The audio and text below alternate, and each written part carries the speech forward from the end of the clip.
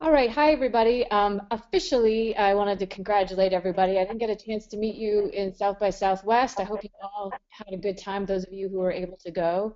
It's pretty exciting for us to start the beginning of the grantee period. So I'm just going to walk you through some things about what is coming up this year.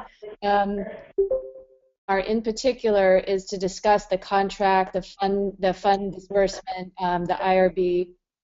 And David Theo Goldberg is critical to that conversation, and he is running late from another meeting. So we're going to flip things, and I'm going to talk a little bit about the grantee year ahead and what I do and how this all fits together. And once he arrives, we will just move quickly into the contracts and the rest of the conversation. So we might be jumping around a little bit, but make sure to get to the questions part because I know it's what everybody's eager to figure out how the next things work. So, and I'll also be introducing Jen Kinney as well, who's program coordinator for the DML competition. And maybe what I'll do just to explain before we begin, Haystack is co-located. So we have half of our team at University of California, Irvine, and we have the other half of the team at Duke University. So depending on what time zone you're in, we got you covered pretty much. The contracts, funding, disbursements, all that stuff will be handled by.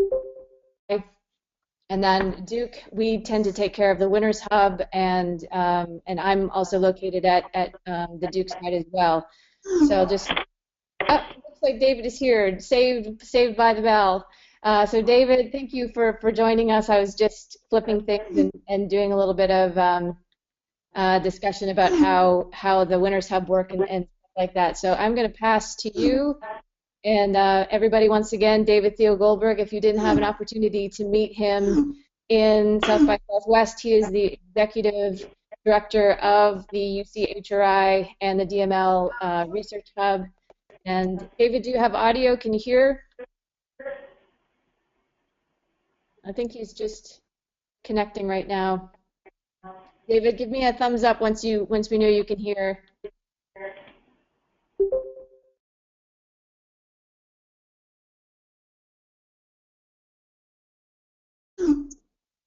Hi, David. Can you hear? I can, yeah. Okay, great.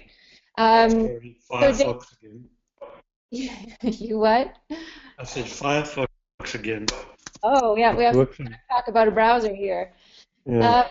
David, I just made a very short introduction to people. We were waiting to make sure that you had a chance to join us. So if you want to take it away, and talk to people a little bit about how the whole next step work, feel free to take it away. Thank you. Hi, everybody. Sorry to be a bit late. First, congratulations to you all. We're thrilled that you have been funded and look forward to working with you over the next year and a bit. I say a year and a bit precisely because your actual grant funding only starts once has been approved and signed. Your contract will be with the University of California, Irvine, not with the MacArthur Foundation, not with Haystack. So don't be surprised by that. You have been requested to return a bunch of materials. The sooner you the quicker the contractual arrangements will go. You'll have a chance to respond to the contract being offered you, to request deletions or additions. Your organization, not least if it's a university, will probably want that anyway. So it might go back and forth a few times, and this can take weeks, if not more than a month. So we fully expect that your contract probably won't be signed by you, your organization, and by the University of California much before 2 months. And your start date will be from the date of the signing of the contract by both parties. And it will run a year from that date. As I say, we expect that to be by May. So your contract will run a year from then. And there'll likely not be the possibility of extension. Don't count on no-cost extensions. I mean, try and get the work that you propose done within the time. We can't guarantee that there'll be a no-cost extension precisely because our grant runs out more or less at that time as well. It will likely be the last competition grant we have.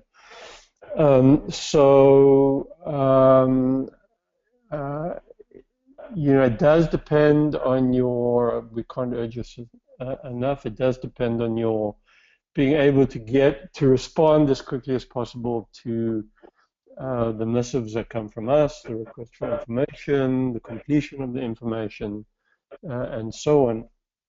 And we'll try and get the university to move as quickly as possible.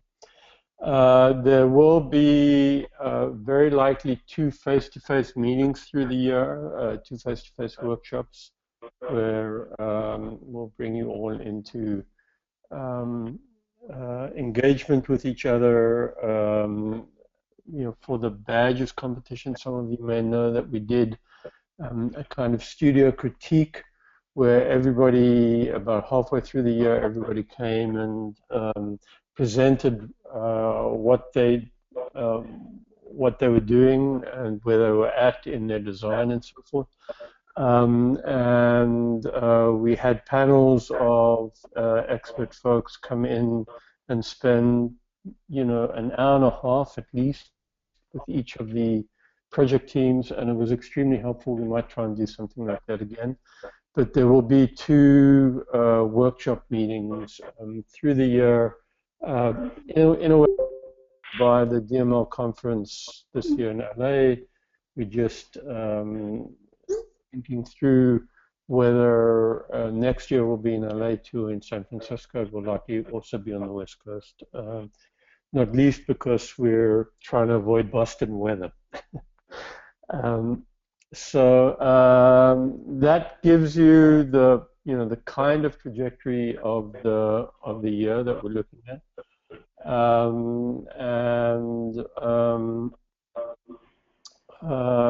Our team will be pretty much constantly in touch with you. You've been asked for updated budgets. Obviously, you need to be clear about how you're using that funding. We request from you timely reports, so you'll be bugged for those from time to time, both financial and narrative reports through the year, as we have to submit them to the MacArthur Foundation. We should stress that your award is not from the MacArthur Foundation. You are not a MacArthur Foundation grantee. They are very clear about that. So please do heed to that. In terms of questions around profitability, we sometimes get.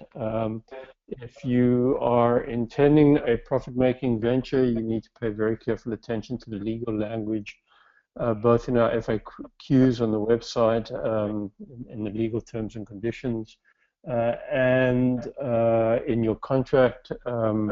Do speak to us before you enter into this, because there will be some implications about not just the use of funds, but the initial profit you generate. The MacArthur Foundation, from whom the funds come is a non-profit organization, as is the University of California, and they're both very concerned that their non-profit status not be put in legal jeopardy. So there are some implications there. I think I'll stop there and just say we look very forward to working with you all, in some ways closely, in some ways from afar, over the next year. This will be an exciting year in trusting to trust. Thanks. Great, thank you, David. I'm going to throw to Jen Kinney, who's going to move us forward, talk about contract processes and things like that. Jen, are you unmuted and ready to go? I am, but I have never used this chassis thing, so I'm kind of wondering, are you going to be putting up slides on that? No, you should be seeing slides. Did you call in by phone? Or are you online? I called in by phone, yes. Okay. Just go to the slides that the I link have that, this. right now we're on the Got one that contracts. Okay, perfect. All right, so hi, I'm Jen Kinney. I'm at UCHRI, and like Mandy said, and Cheryl said, and David, I'll be the one that's primarily coordinating your contract, setting it up with our Office of Sponsored Projects here, and handling any inquiries you have regarding that. So with this first slide, I've included my email address, but I've also included the main DML address, which I'm primarily the one who checks that box, but it's a good idea to send all inquiries related to contracts to both accounts, simply so we have it for our records, and if I'm out of the office or something, other people can check it, and so on. Go on to the next slide. So as far as your contracts, we're going to need to be able to get them all set up and everything. We will need a bit more information from you. So I'll be sending you an email that has some attachments of some different forms that we'll need filled out. But then we'll also just need attachments of different things as well. So I'll just go over that. So SPA, that's our sponsored project office here at UCI. They're going to be the one who processes your contract. So essentially what's going to happen is once I get all the information from you, I'm going to put that together here and send that over to them. It's a bit of a timely process, so it will take about 2 weeks to send it over to them. And then at that point in time, your contract is going to be addressed by them, and they may ask you for some additional information and so on. Just to go through the step-by-step, once they process everything, they're going to send an approval to your authorized individual to sign. You would send it back. Then they're going to go on with different things, seeing if there's any other information they need, any problems, and so on. We do like to emphasize that the entire process, it can take up to 2 months. A lot of that is determined by, how quickly you get us your documents back, and also just depending on what kind of complications could arise. We can't give a precise date at which your contract is going to begin. The next slide, the information required to start your contract process. Again, I'll be sending this to you in an email, just re-emphasizing all these things, as well as providing some attachments that you can fill out. So we're going to need the authorized individual at your institution, their contact information. We're going to need contact information for the financial officer at your institution. IRB approval, if your project does involve human subjects, research, and so on. A lot of you at universities will know that. Then you're going to have to supply us with IRB approval. A revised budget, we've asked you a number of times for revised budgets. So basically that is if it's changed since then. We just recently asked you for one, so we don't necessarily need another revised one unless you have changed that. The big thing to make sure that you include within your budget is travel funds for the DML meetings, such as the DML meeting that's going to be in LA in June that you are required to attend. We'll also need a budget narrative where you're just going to go through every line item and kind of explain that in a little bit more depth. All of this is going to be sent over to SPA. The sub-recipient commitment form, that is a form that I will be sending to you. And then just a brief description of the scope of your work. What's your intended audience? What do you hope to achieve? It doesn't have to be very long. It's just something to have in your records to explain to SPA what you intend to do.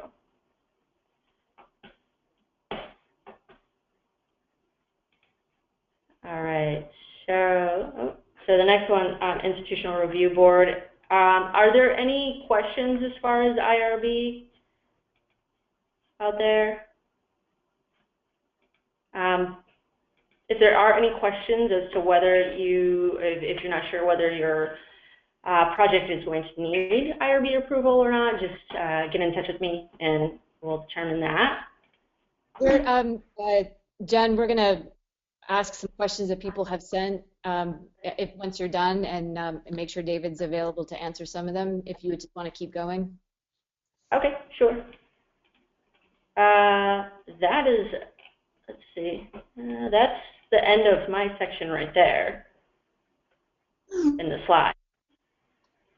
All right, so we are going to open this up to questions. We've had some questions that are fairly standard that have come over the years, and also some that people have submitted. It sounds like we're having some trouble with Chatzy not letting people in, so feel free to use, if you're at your computer, use the chat box there to ask questions. And unfortunately, I think if you're calling by phone, oh, it sounds like, never mind, it sounds like it's been resolved. Anyway, so we'll go through the questions that people have asked. Feel free to ask and interrupt at any time. The first one we have is, and for those of you who are not familiar with the IRB, it's the Institutional Review Board that is in charge of ethics, and it oversees anything that is with human subjects. So even if you're thinking to yourself, I'm not doing research, I don't have a researcher, it's still good to check out and make sure. For the most part, they do err on the side of considering what you're doing to need IRB approval, but it's a process called exempt, and it's a shorter process, it's a quicker turnaround, it's less painful, but we want to make sure that people who are just coming into this process, if you're coming from Europe, you probably have an easier process from what I understand, so if you have points of pain at all, be sure to reach out to us and we'll try and walk you through it as much as we can. So the first question is, do we have to file, David, this is probably best for you, do we have to file an IRB at University of California, Irvine, or at our own institution if we already work in higher ed?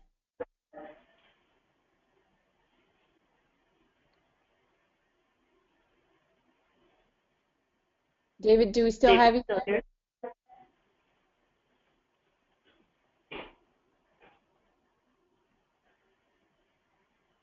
Well, I'll go ahead and answer it, or is he muted on his end? David, you might be muted on your side.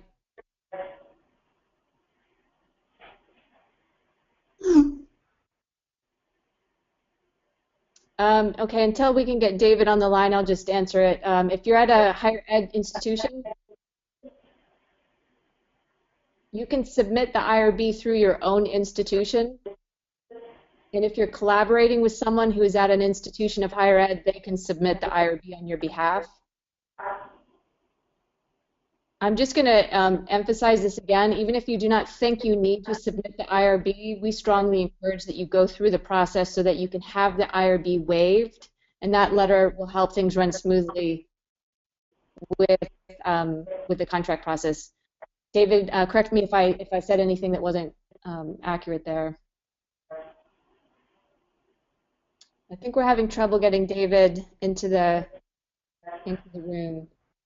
That was my understanding when it was a while ago that I talked to David about that, but that was my understanding as well. And when we were going through the process, there were questions that came in during the application process of if you're not at an institution, where do you go? It would essentially be going to some sort of private entity, and he said that we do have references or suggestions of ones that we would give to you, but he told me, I don't have them at this point, but I know that he does have names that are of suggested ones that are non-academic. Yes, and they can be costly, the commercial ones that do IRBs.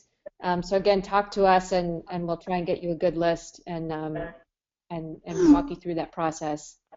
And we're not sure what, David, we saw him flickered on for a couple minutes there and then disappeared. So I'll just keep working through the questions, and there he is. Can you hear us, David? I think we've lost your audio. It could be that you're muted on your end.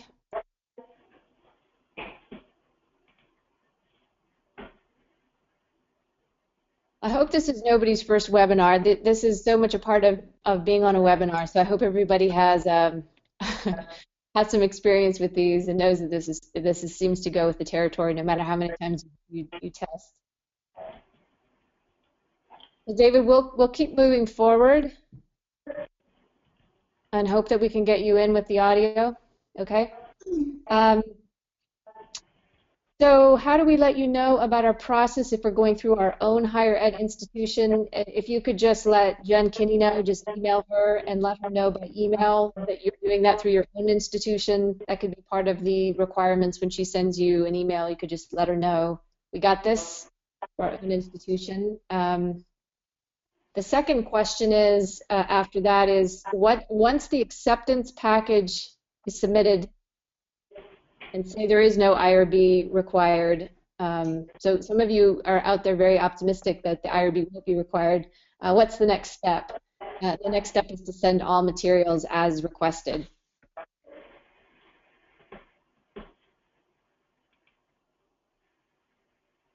Some of you are building, and maybe even if you are familiar with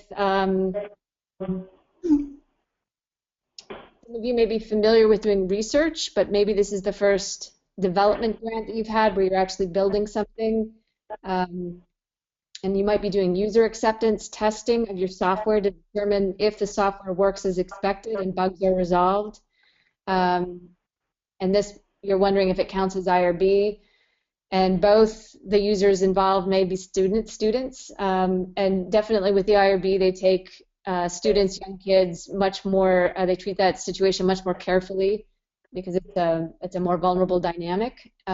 With students, it's likely that you will need the IRB.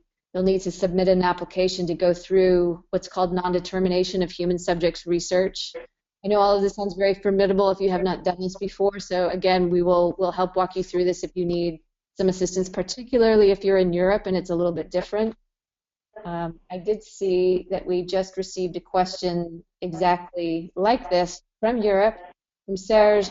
In European projects, we only sign a form at the end of the application. Serge, we'll have to answer. I don't think David can get on right now, and I'm not sure exactly how things work with Europe, but we have had European grantees before who so we do have a precedent for that. So we'll work with you and make sure that we work out the specifics for what your situation is.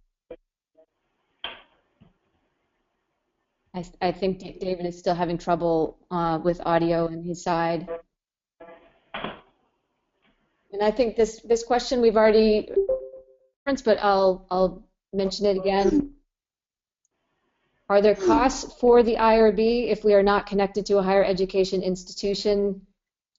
Yes, there are. You'll need to budget for that process if you are not connected through your institution through a commercial IRB.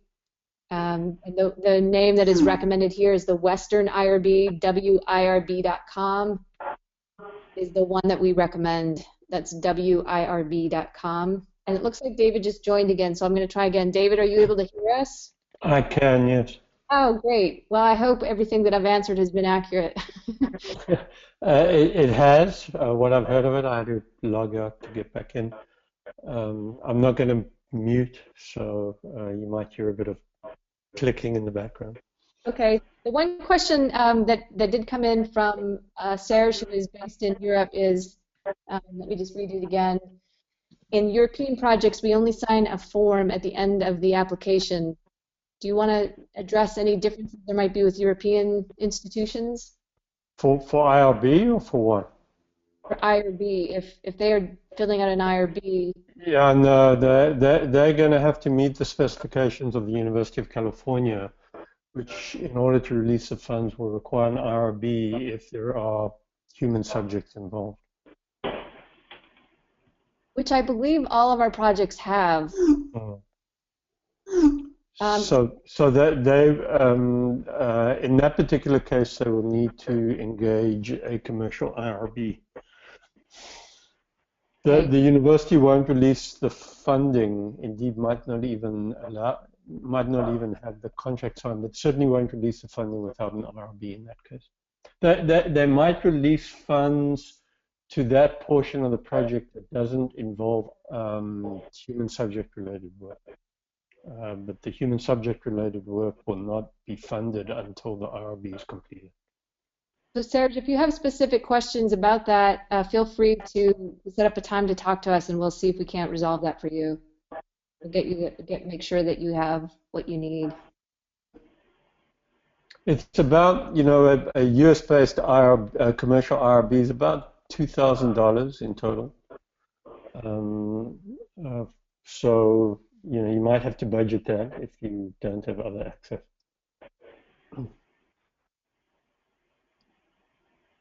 Right, thank you, David. The next question is, if persons or public is electronically interacting and engaging through a website, is an IRB likely required? Without knowing more, probably not.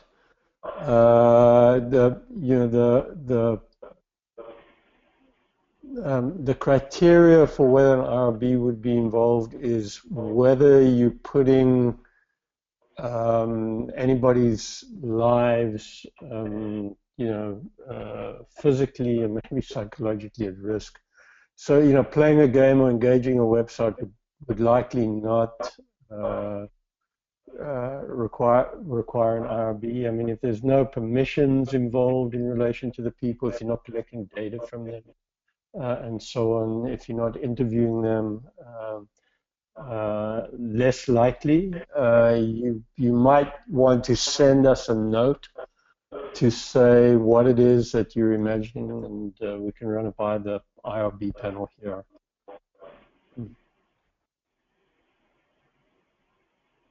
Yes, and on behalf of all of America, we apologize to the Europeans, but I've worked with Europeans before, and apparently it's extremely excruciating and painful, but just the way things work here.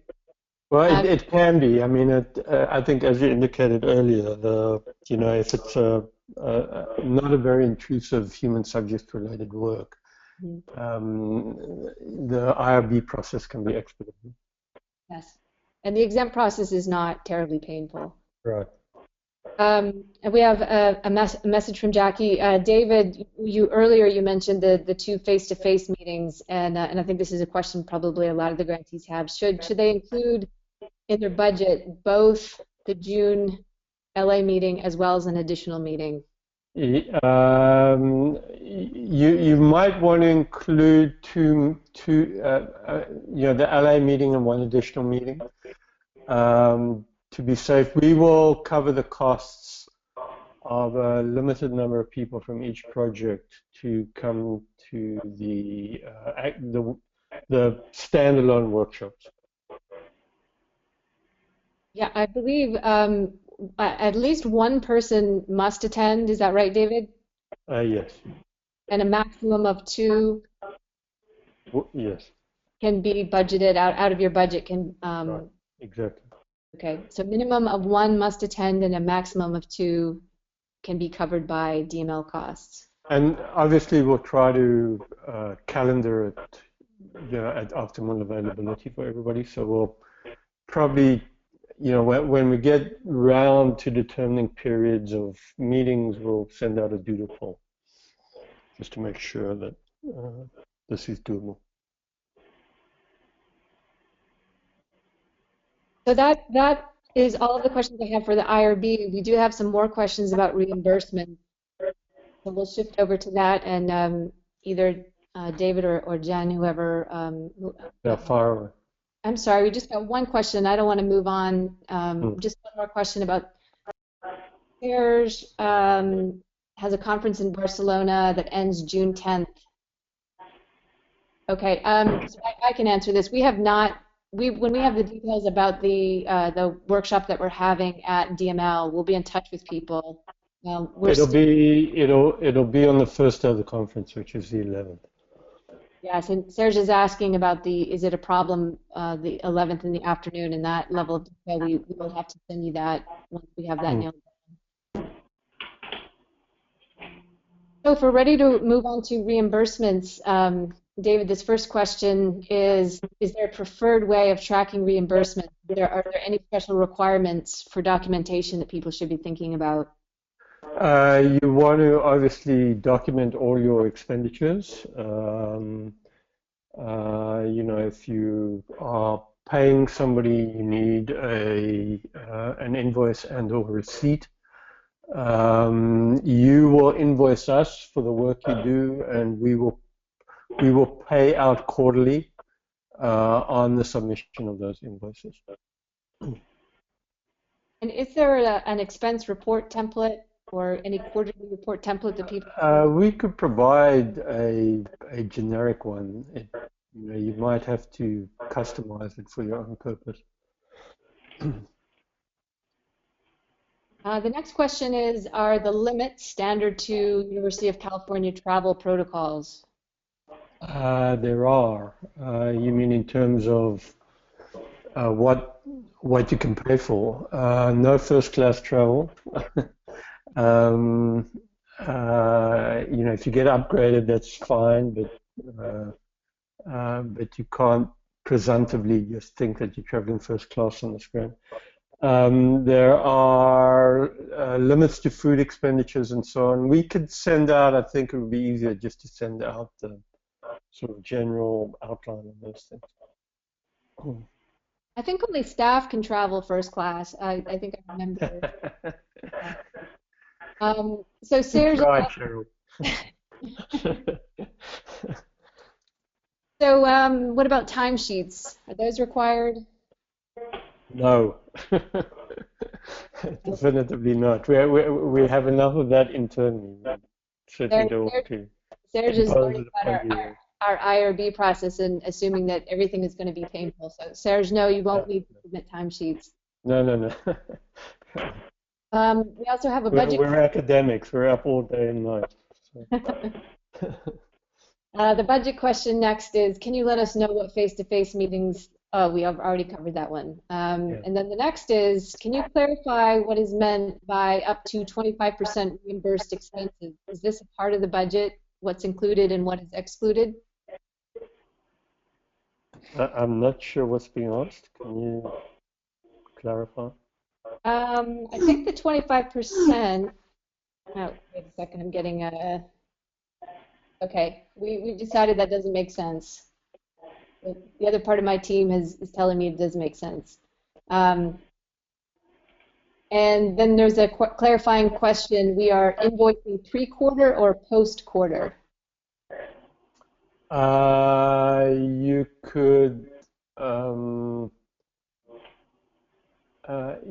us it would be easier if you did a post-quarter, but if you absolutely have to invoice pre-quarter, we can set up a PO and pay in that way. So you could do either in principle. Hi everyone, this is Mandy with Haystack. To clarify the earlier question, I believe it was, I think there used to be a cap as to how much of your expenses you could invoice on a quarterly basis, and I think we said you could invoice up to 25% of your total amount per quarter. Thank you. Great. Thank you, Mandy. Mandy is part of our Haystack team as well, so you may, primarily you'll be working with Jen around contracts and invoicing and things like that, but you may also be hearing from Mandy from time to time as well. The next question is unrelated to reimbursement and IRBs, and it is about describing the funding that people have received. And David, you mentioned this in your intro. How should we appropriately describe the funding we received? We can provide you with the precise language. It might be easier to do that than just saying it verbally. The grant is from Haystack / the University of California, Irvine. It's really from the University of California, administered by Haystack. Which consists of both UCHR and Duke. So let us send you the precise language, which you can then drop into whatever public representation or resume or CV expression that you want. So we'll send that to everybody, and again, all the questions that have come in and the answers, everything that we have discussed on this call, we'll send in a document so you have a print document or a online document that you can reference, and it will have that boilerplate. We'll be sure to add that so everybody has access to that. If we could advance to the next slide, unless there are, and feel free at any time while I'm just about to do a little short talk about the grantee programming, feel free at any point to ask. Wait, I'm just found out there is another question. I'll go to grantee programming in a second, and I'll ask this question first. This is coming from Jackie regarding invoices. The 25% cap, even if our expenditures are not even across the year, making sure that we'll have to do is carry a balance. I hope I interpreted that correctly. So, do they carry a balance even if their expenditures are not even across the year? You mean if you don't spend the 25% in, say, quarter one, does it carry forward to quarter two? Absolutely, yes.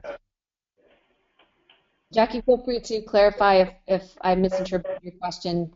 Hopefully we addressed it. And Jackie, again, The funds just have to be used in Q1. Hi, everybody. I'm trying to figure out, we have a big event that's happening in Q1, and if that total is greater than 25% of our total budget, we would be, if I understand correctly, we would be in the situation of ASU needing to have covered the additional cost until we get to the end of Q2, and we can invoice you for another 25%. Is that correct? No, you could, if you need to spend the funding, if you need to spend more than the 25% in Q2, as you're putting it, or more than 50% in Q1 and Q2, that would be fine. You would invoice us appropriately. Okay. Okay. So we invoice that's based not on a problem. expenses. The emphasis is that you spend whatever your award is Right. within the total of the year. Okay. And we'll work with you to make that as feasible as we can. Okay. Great. Thanks. Sure. so probably this conversation is taking a little bit of the buzz off of winning. You're realizing that there's some work that has to go with that. So hopefully we can fill in some of the gaps and make the upcoming year just as interesting and fun, and make the process as painless as possible. We have a really great team, and people are very responsive. So at any time, feel free to email. If you get confused about who's doing what, just email us. We all have a weekly meeting, and we'll discuss anything if anyone hits any snags. So again, if you have any questions while I'm talking about anything we just talked about, feel free to do so. We put everybody on mute and do it this way just so that we don't have the background noise, but try and make it as easy for people to ask questions as possible. So with grantee programming, this is a year-long thing that we do. We might be a little bit different than grant experiences you've had in the past with other organizations. We are really interested in making our conversation about trust in connected learning environments as public as possible, and to start a conversation that has a much more holistic, I would say, social justice aspect, looking at this from perspectives that are not just from administrators, they're not just from policy, but from the whole spectrum. And so we want to make sure that people understand that it is part of your grant requirement that the quarterly reports that you do will be public, and we'll work with you. I know that can make people feel very uncomfortable because you want to write what's actually happening, but you may feel things don't always develop the way you think that they will, and we'll work with you. If you are familiar with our competitions in the past, you may have seen with the Badges for Lifelong Learning competition that we did a project Q&A with all of the projects. We asked the questions, they responded, and then we put those on Haystack. And those have become one of the best assets we have out of that competition that has been helpful to other people and ended up turning that into a connected learning report. So we want to do the same thing, and so you will be receiving some questions about your reports, and then those will go up on what I'm about to talk about, the Winners Hub.